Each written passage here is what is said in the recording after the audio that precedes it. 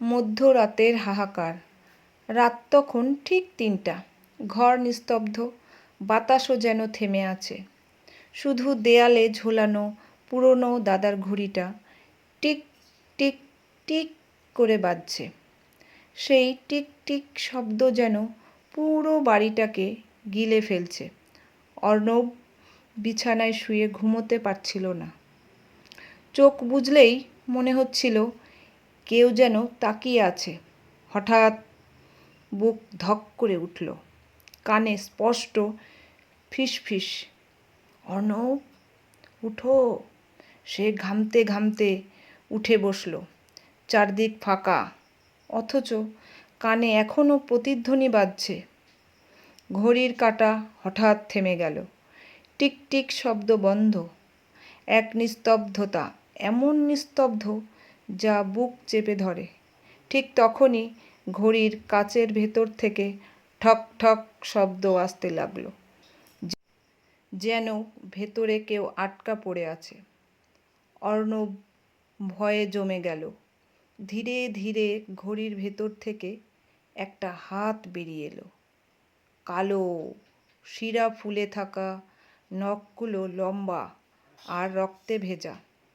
সে বুঝে উঠতে না উঠতেই ঠান্ডা হাওয়া ঘর জুড়ে ছড়িয়ে পড়ল।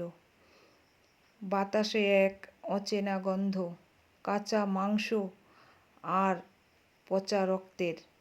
আস্তে আস্তে ঘড়ি থেকে বেরিয়ে এলো এক ছায়া।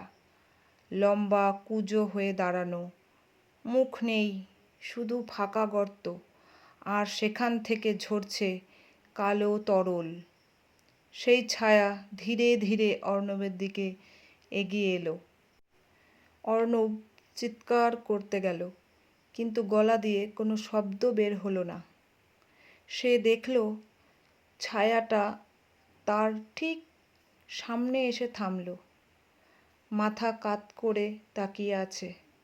হঠাৎ ঘর জুড়ে কানে এলো এক বিকট ফিসফিস, তুই তো ঘুমোতে চাসনি, এখন ঘুমো চিরকালের মতো। সেই মুহূর্তে অর্ণবের চারপাশের দেয়াল থেকে শত শত হাত বেরিয়ে এলো, অন্ধকারে মোড়া। তারা তার গলা, বুক, হাত ধরে টানতে লাগলো।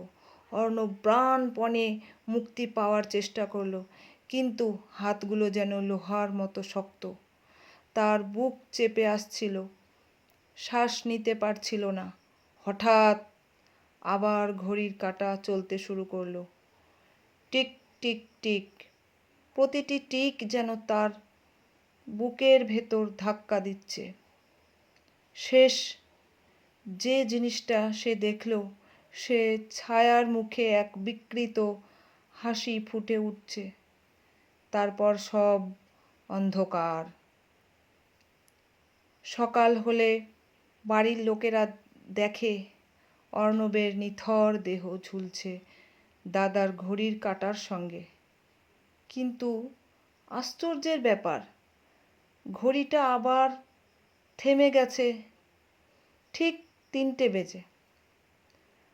আজও সেই ঘরে যে ঢোকে, ঘড়ির কাঁটার টিক টিক শোনার সাথে সাথে বুক ধক করে ওঠে, কারণ শোনা যায় মাঝরাতে নাকি অর্ণবের ফিসফিস কানে বাজে, ঘুমোতে এসেছো? তবে চিরকালের জন্য প্রস্তুত হও।